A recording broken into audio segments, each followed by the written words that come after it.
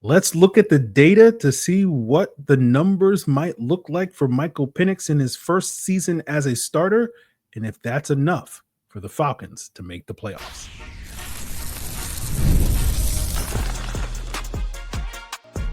You are Locked On Falcons, your daily Atlanta Falcons podcast. Part of the Locked On Podcast Network, your team every day. Welcome back, everyone, to another illustrious episode of the Locked On Falcons podcast, your daily Atlanta Falcons podcast, part of the Locked On Podcast Network, your team every day. And if you do not know me, I'm your very humble host, Aaron Freeman, a.k.a. Sirius Black, a.k.a. the iron that sharpens the iron, a.k.a. Mr. a.k.a. And I've been covering the Atlanta Falcons for almost 2 decades, formerly at FalcFans.com, RIP, still going strong in this illustrious podcast for so many years. It's almost year 9 for me on the Locked On Falcons podcast, and multiple years prior to that on the FalcFans podcast, RIP. But I appreciate each and every one of you that go strong with me as everydayers. That means you make this podcast your first listen each and every day. And all you got to do to become an everydayer is subscribe or follow for free on YouTube or wherever you listen to podcasts. So today we'll be discussing whether or not we should be feeling good about the Falcons and feeling good about Michael Penix. Are those two notions attached at the hip? But the bulk of today's episode will be looking at some data. So for all you stats nerds, this is an episode for you. For those of you that hate math, well, wait till 11:30 p.m. tonight and check out the podcast so that you can fall asleep. So basically 2 years ago, when we were going through very similar situations with a young quarterback by the name of Desmond Ridder and his first 4 starts, I looked at the data and compared his first 4 starts with around 44 other quarterbacks in their first 4 starts that had entered the NFL in the previous decade. I think they were all like active as of 2023. And basically I've piggybacked off of that research to look at 55 different starting quarterbacks and their production over their first 20 starts, assuming, again, with Michael Penix having 3 starts under his belt and assuming he'll start every one of the 17 games this upcoming season to get to 20 starts. What sort of can we expect? What is typical, air quotes, from guys in those first 20 starts? And I've done the research. And for those 55 quarterbacks, they had a combined record of 522 wins, 573 losses, and 3 ties. So that's about 9.5 wins per team. So that would be roughly a record of 9, 10, and 1. And so a win percentage about 47.5%. And that would be roughly the equivalent of across a 17-game season going 8-9 would be about winning 47.5% of your games. And the average starter among all 55 of those quarterbacks completed about 396 throws, had 641 attempts, completed 62% of the throws, had over 4,500 yards, 27 touchdowns, 16 interceptions, and 87 passer rating, sacked 47 times, and had an adjusted net yards per attempt, our favorite quarterback efficiency metric here on Locked On Falcons podcast, of 5.86, which is slightly below the league average, which is around, depending on the year, waffles between like 5.95 and like 6.15 and whatnot. So, basically crunching the numbers, looking at Penix's numbers through his first 3 starts and sort of adding the numbers that he would need to hit over these next 17 starts to get to that average, right? That would basically mean the Falcons have a perfectly 500 record, QB wins and whatnot, of 8-8-1 to get to that, 9-10-1 record that the average guy made. He would complete 335 passes this year on 536 attempts, would complete about 62.5% of his throws for 3,772 yards, 24 touchdowns, 13 interceptions, 88 passer rating, would be sacked 43 times, and would have an adjusted net yards per attempt, or ANYA, of 5.79. Now, that completion percentage is interesting to me because we saw Penix's completion percentage as rookie was about 58%. And if you sort of adjust that to drops, right, that Penix had a drop rate around 12% last year, according to PFF, and the NFL average is around 6%. And so if you just assume Penix had a normal number of drops last year, that would have bumped his completion percentage last year from like 58% to almost exactly 62%, 61.9%. So that completion percentage seems reasonable. Most of these numbers are pretty reasonable, at least for what you expect from the average NFL quarterback in terms of yards per attempt. That 704 is like right below. I think the NFL average is like 714 last year. The touchdown percentage, about 4.5%.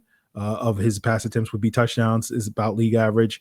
The completion rate is slightly below the league average. 62.5% is slightly below the league average, around 65%. The interception rate would be about 2.5%, I think, and the NFL average is about 2.2%. So, notably, those attempts that Penix would have, it would be roughly in the ballpark where earlier we talked on this podcast projecting how many throws Kirk was on pace to have, like 570 had he not been benched, would have been on pace for about 600 dropbacks last year had he not been benched. But that number is kind of bumped up by the 60 plus dropbacks that he had in that Tampa Bay game in week 5. And if Kirk had, thrown a normal amount of passes, roughly 35 and whatnot, that would put him on pace for roughly 550 pass attempts and roughly 580 dropbacks. And that number is notable because the thing that stands out when you look at Penix's projections, if he's just going to be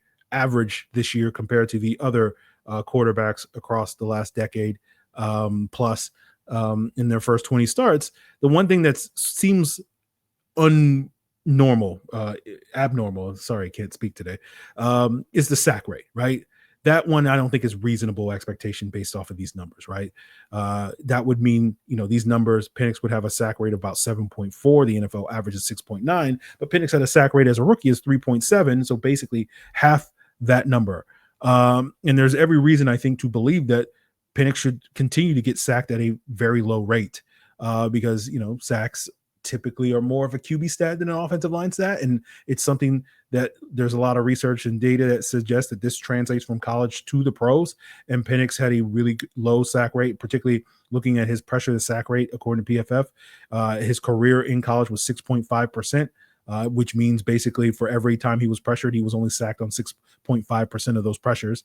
His pressure to sack rate at Washington was 5.7%. And last year he was near the bottom of the league or near the top of the league, in terms of having a low pressure to sack rate of 12.1%.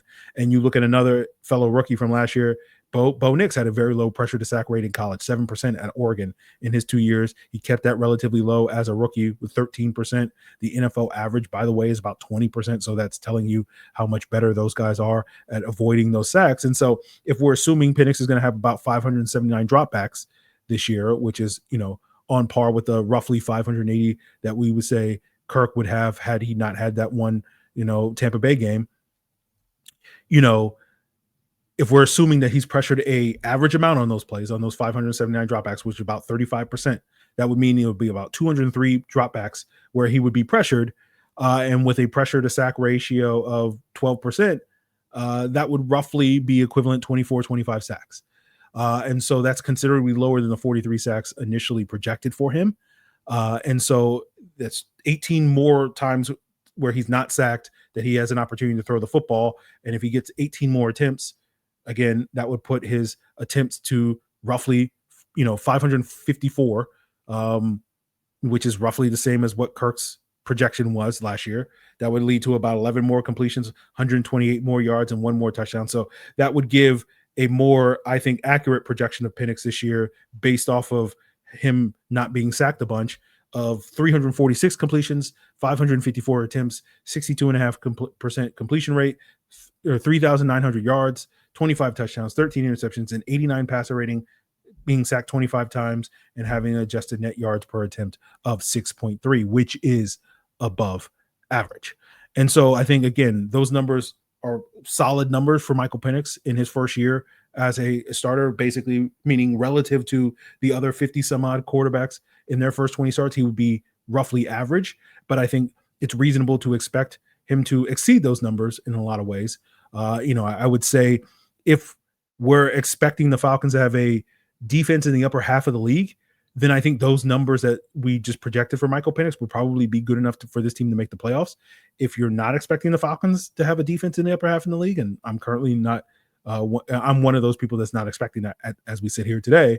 But maybe that changes in the next 2 months.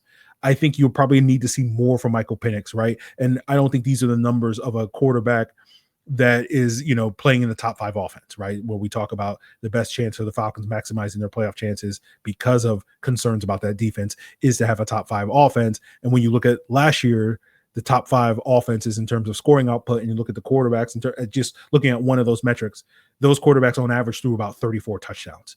And so that would basically mean Penix would need to throw about 10 more touchdowns just to potentially sniff a top 5 sort of offense and whatnot. And so officially, I will do my projections on Penix about 10 weeks from now, right before the season starts. And I don't know exactly what those will be, but I suspect when we do get there, that they're probably not going to be drastically different than what these numbers are showing. Maybe we'll tweak them, throw 28, 29 touchdowns or something like that. I don't know, but we'll see when we get there. But I'm sure many of you guys are convinced that, numbers be damned. Michael Penix is throwing for 5,000 yards, 40 touchdowns, and completing 75% of his passes. And if you believe that, hey, you're welcome to believe that. My goal is not to convince you otherwise. I'm just giving you the data, giving you the information of what is typical from a NFL quarterback in their first 20 starts. And again, I think if Penix is just typical, I think that's a good place for him to be in and sort of to be the Falcons franchise quarterback. But that gets us to a conversation of, is there a world where we feel good about Penix, but we don't necessarily feel good about the team in terms of, those goals of Penix becoming the franchise quarterback and the goal of the Falcons making the playoffs? Are those two goals, overlapping? And we'll break that down as we continue today's Locked On Falcons. So because the summertime is here and you're trying to go on vacation, or you're trying to have your hot girl, hot boy summer or whatever, you want to take control of your finances. And sometimes you check your bank account and you go, where did all my money go? And, whether it's the summer vacations, the dining out, the online shopping, the entertainment, that Speedo that you got for the beach, it's easy to lose track of your finances. And Monarch Money is going to help you out by becoming your personal CFO and giving you full visibility and control over your finances. They're not just a budgeting app. It's a complete financial command center where you can track all your accounts, investments, spending all in one place. You can plan short-term goals like, saving up for that big summer vacation over 4th of July weekend, or you can plan those long-term goals by just managing your money and start building wealth. So take control of your finances with Monarch Money by using code LOCKEDONNFL at monarchmoney.com. And you'll get 50% off your first year. That's monarchmoney.com, code LOCKEDONNFL for half off your first year. So this conversation, goes back to a conversation we had back in December when the Falcons made the decision to bench Kirk 6 months ago. And sort of I mentioned, based off of that previous research back when Ritter was going through the same thing in 2023, that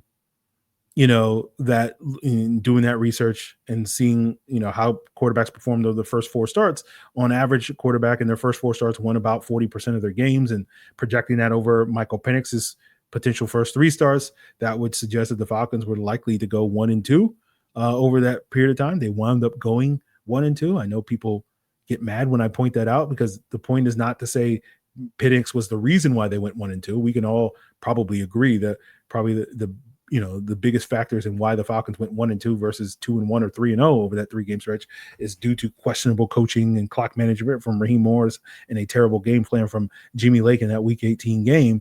But the point is that as well as Penix played in those 3 games, he couldn't beat his circumstances.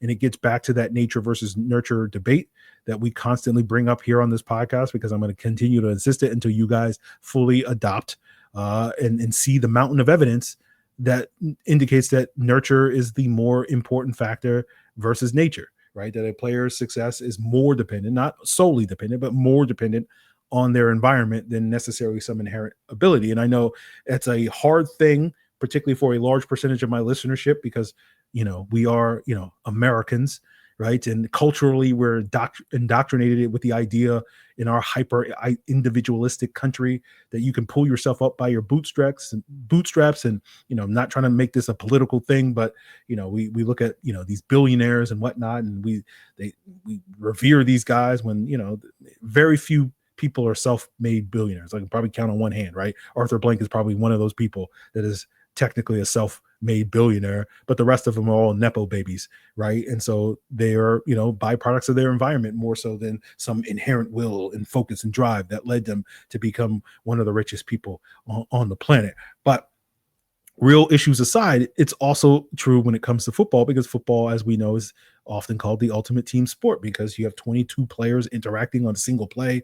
That means there's at least 22 variables that impact the outcome of a single play. And over the course of a game that features 140 some odd plays, that means you have over 3,000 variables that impact the outcome of a game. And one individual is technically only responsible for about 5% of those variables. Now, the quarterback is probably more responsible or has more influence on a larger swath of those variables, but he's still hyper dependent on the rest of the team. And I bring all of this up because we haven't spent a lot of time talking about this offseason, but there's certainly a world where we walk away feeling great about Michael Penix, but the team still doesn't reach their goals this upcoming season, right? There's a situation where Penix absolutely balls out, but he can't necessarily overcome the circumstances like we saw in his first 3 starts over his next 17 starts, where this team continues to sort of hover around 500, despite the fact that they have, a really talented young quarterback, right? And, I understand why a lot of people believe that because of Michael Penix's impending greatness, that this team is destined overall to win 10 plus games this year, because a lot of people look at football as like your success is entirely dependent on the quarterback. Again, the quarterback is the big factor, but probably we can guesstimate, we can debate it or whatnot, but probably is only 35 to 50% of the pie and whatnot. And there's other 50% that matters as well. And to me, my questions about the Falcons are about the other 50%, less so than the Michael Penix part of that pie, but we'll see on that. But you have these 2 goals for the Falcons that are connected, but they are somewhat competing, right? They're not necessarily overlapping. That first goal being, the one involving the quarterback, where you want to be able to achieve that goal by discovering or learning that Michael Penix is your long-term franchise quarterback. And then the second goal being the team goal, which is to make the playoffs and win games so that you can continue to see Terry Fontenot and Raheem Morris's vision of this team for the future, worth continuing to build around and retaining beyond this season.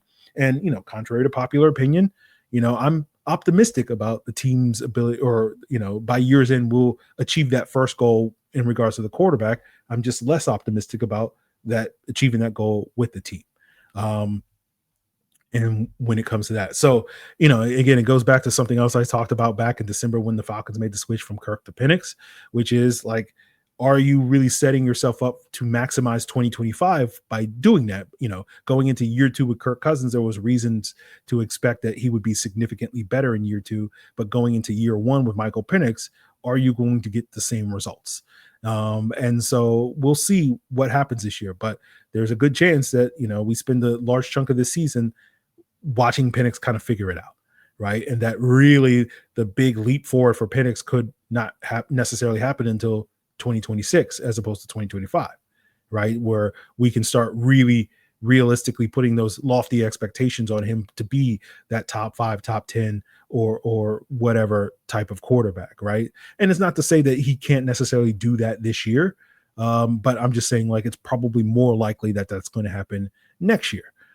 My hope is that he'll start making that leap towards the end of the season, and we'll see the Falcons finally finish a season strong, which we really haven't seen this team do since 2019.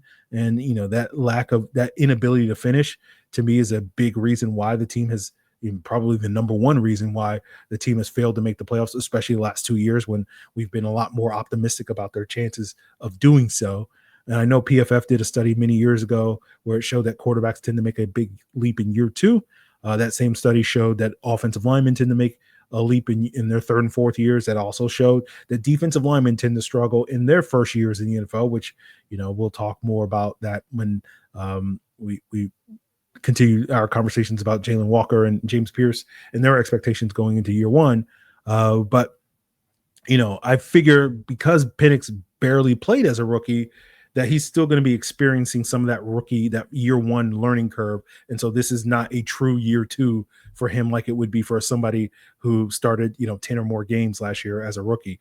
And so my hope is, though, that we will see that year two jump that typically happens in the sort of back half of the season, that once he gets, 12, or more starts this upcoming season will be roughly the equivalent of a full season worth of games. And you'll see him in those final 5 games where, we'll need him to finish the season strong, being able to carry this team to the playoffs. And so, I think you want to come out of the season feeling really good about Michael Penix. I think these statistical benchmarks shown earlier would likely indicate that you feel pretty good if he hits these benchmarks. I think, and I certainly, as I said, feel like, there's realistically expectations that he should do better than some of these benchmarks, right? You want to go into 2026 with some sort of momentum at the quarterback position. You don't want to be in a situation where you're sitting there going, in the situation that the Colts are in with Anthony Richardson, where you're like, well, I guess we got to bring in some competition because Penix didn't show the growth or development that we wanted to see from him in his first full season as a starter going into year 3. Because in year 3, after that season, you got to decide if you're going to pick up the 5th year option. And then potentially after year 4, that's when the Falcons, based off of past precedent, are most likely to pay Penix a hefty price. So you want to get the most out of Penix over these next 3 years before making that big financial decision that is going to, potentially have a huge impact on the long-term future of your franchise. And so you want to, maximize that with this first year and in this 3-year sort of cycle. So that to me is kind of the number one goal for me when it comes to finding out about Penix. Of these 2 goals, like, that takes the precedent, because again, I think it best sets this team up long-term for success. And because, I'm not planning on going anywhere, we'll see if the Lord has different plans, but, I'm not planning on going anywhere for the next decade. So I would like to see Michael Penix play, a decade. And so that to me would go a long way to helping us get to that point. And, the secondary goal is the team winning games, right? It's not a distant second or anything like that. Winning certainly matters. We've talked about it before. There are consequences to losing. People lose jobs. Players get cut. Coaches get fired. Winning equals stability. Losing equals instability. And a big part of why the Falcons are having this extended playoff drought is brought on by the instability of losing, right? And you see it reflected in their constant turnover in the coaching staff, right? Over the past 7 years that they've missed the playoffs, Raheem Morris is their 3rd head coach in that span. Zach Robinson is their 4th offensive coordinator. Jeff Ulbrich is their 7th defensive coordinator. So, on average, they're changing DCs every year. They're changing OCs every other year, and they're changing, head coaches, every 3rd year or whatever. And to me, it's not. This is not a coincidence that the team, has struggled to get over the hump in that period of time with all that turnover, right? It goes back to the conversation we had about Jalen Walker and James Pierce after the draft, which is, you feel a lot better about their potential development if they're coming to a stable environment. The Falcons have not been a stable environment for the development of those players, right? If you lose this year and you wind up bringing a different coaching staff, who's to say that coaching staff is going to see Jalen Walker and James Pierce in the same ways that Terry Fontenot, Raheem Morris, and Jeff Ulbrich do, right? That new coaching staff could say, hey, we like Jalen Walker more as an off-ball linebacker, right? I know if you hire a defensive coordinator that's like Ryan Nielsen, he's going to hate James Pierce because he's going to be like, that guy can't play on early downs. And, I need my 270-pound edges or whatever, because we're going to play with light boxes and we need more size up front, whatnot. And so all of these things lead to why so many things are in flux, and that's contributing to a lot of the skepticism I have about the team, that it's all going to suddenly, stabilize and come together this year. But, I know you guys don't believe me when I say this, but I would love to be wrong about that, right? Yeah, I would love to be sitting here eating crow. I would love to be sitting here, eating turkey around Thanksgiving time, where the Falcons aren't the 5-7 or 6-6 that they have been consistently the last 4 years. I'd rather be sitting here talking about an 8-4 team with my family while I'm munching on, Thanksgiving food. And looking at the Falcons being one of the 5 to 10 best teams in the NFL, firmly in first place, duking it out probably for like a 2 seed or something like that, with the arrow potentially still pointing up with how Michael Penix and company are set to finish the season strong. So that's what I hope to see. I'm just at a point, as I've said many times, I'm sure you guys are tired of hearing, I'm just at a point where I'm just like, I'm over it, and I'm not going to hold my breath on that happening. So we'll see if it all shapes out. We'll see. We'll obviously get there in a couple of months to know. But, I want to wrap up today's episode looking at some of the superlatives of these, having done the research of these other 55 quarterbacks that have played their, started 20 games, and sort of looking at some of the guys that had like the most touchdowns and most wins or the least touchdowns and whatnot. And we'll do that to wrap up today's Locked On Falcons. So we pump a lot of Penix here on this podcast, and Viagra, Cialis can help us do so. But if you're looking for something beyond the usual pill, it's time to become Rugiet Ready. Rugiet Ready is a next-gen prescription treatment designed to amplify arousal in the brain and boost blood flow. Unlike the usual pills that can take hours, Rugiet's 3-in-1 formula dissolves under your tongue and kicks in fast, on average in 15 minutes. And the effects can last up to 36 hours, so you can stay confident and in control whenever the moment is right. So get your pump on by heading to Rugiet.com/LockedOnNFL and use code LockedOnNFL, and you'll get 15% off today. That's RUGIET.com/LockedOnNFL. And use promo code LockedOnNFL for 15% off. Individual results may vary with prescription treatment. Compounded drugs are permitted to be prescribed under federal law, but are not FDA approved and do not undergo FDA safety, effectiveness, and manufacturing review. Please visit Rugiet website for full safety information. So just having done the research, I just think it's fun to look at, some of the guys that consistently stand out statistically in their first 20 starts were some of the guys that are consistently struggling, right? So when you look at, who had the most wins in the first 20 starts, it was Lamar Jackson and Jimmy Garoppolo tied with 7. Brock Purdy and Patrick Mahomes each had 16. Dak Prescott and Russell Wilson had 15. The least wins was Bryce Young with 3. Davis Mills had 3.5 because of a tie. And Daniel Jones only had 4. Most completions, 535 with Justin Herbert. Mahomes was second with 487. Burrow was 479. The least was Justin Fields at 273. Colin Kaepernick was 310, and Russell Wilson was 311.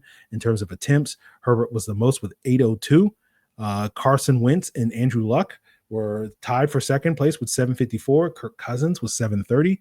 The least attempts was Justin Fields at 462. Russell Wilson was 489, and Lamar Jackson was 505. Completion rate, highest was Brock Purdy at 73%. Mac Jones was 67%, and Jimmy Garoppolo was also 67%. It's the Shanahan trifecta, right? The lowest was 56% with 55.6%, which is Zach Wilson. Andrew Luck was surprisingly 55.7%, and Brandon Whedon was 56.5% completion rate.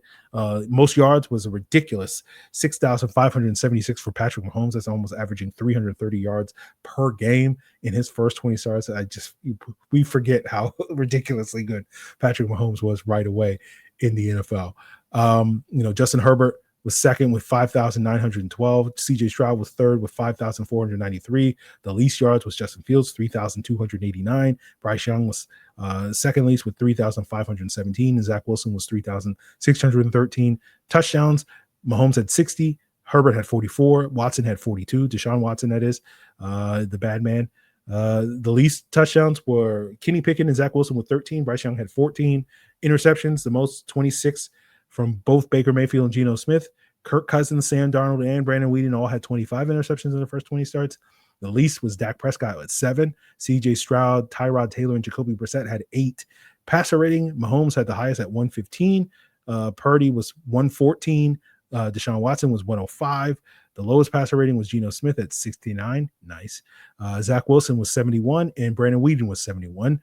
Most sacks given up was Blake Bortles at 73. Bryce Young was 71. Justin Fields was 70. The least was Drew Lock and Derek Carr tied with 27, and Kirk Cousins with 29. The sacks yards lost was 532 with Bryce Young. Zach Wilson was 494. Justin Fields 452. The least sack yards lost was Dak with 168. Lamar was 169. And Drew Lock and Derek Carr were each 172. And the adjusted net yards per attempt, our favorite QB efficiency metric, the highest of this group was Brock Purdy with 9.44. Patrick Mahomes was a 9.19. And Dak Prescott was 7.5, right? Just guys on a completely different tier in terms of efficiency. Like, those are beyond MVP numbers.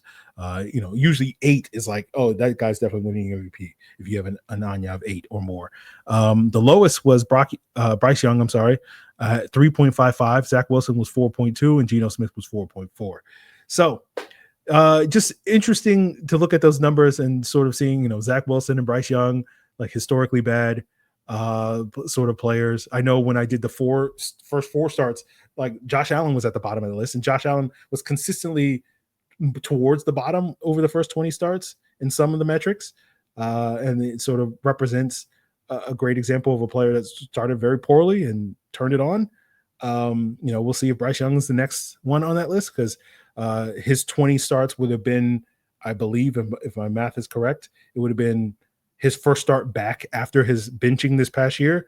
And it was probably right after that point where you saw an uptick in his play. So I'm sure if I went and looked at like his first 27 starts or whatever the number is, those numbers would look a lot better. He wouldn't be the worst anymore. It would probably be still Zach Wilson, although I don't know if Zach Wilson has 27 starts under his belt. But, it's just interesting to go back and look at all this data and sort of seeing all these bad quarterbacks and all these great quarterbacks. And you kind of forget about, especially some of the guys from a decade ago, like Geno, like, oh, I forgot how many interceptions Geno threw back in the early career. He was a pick machine.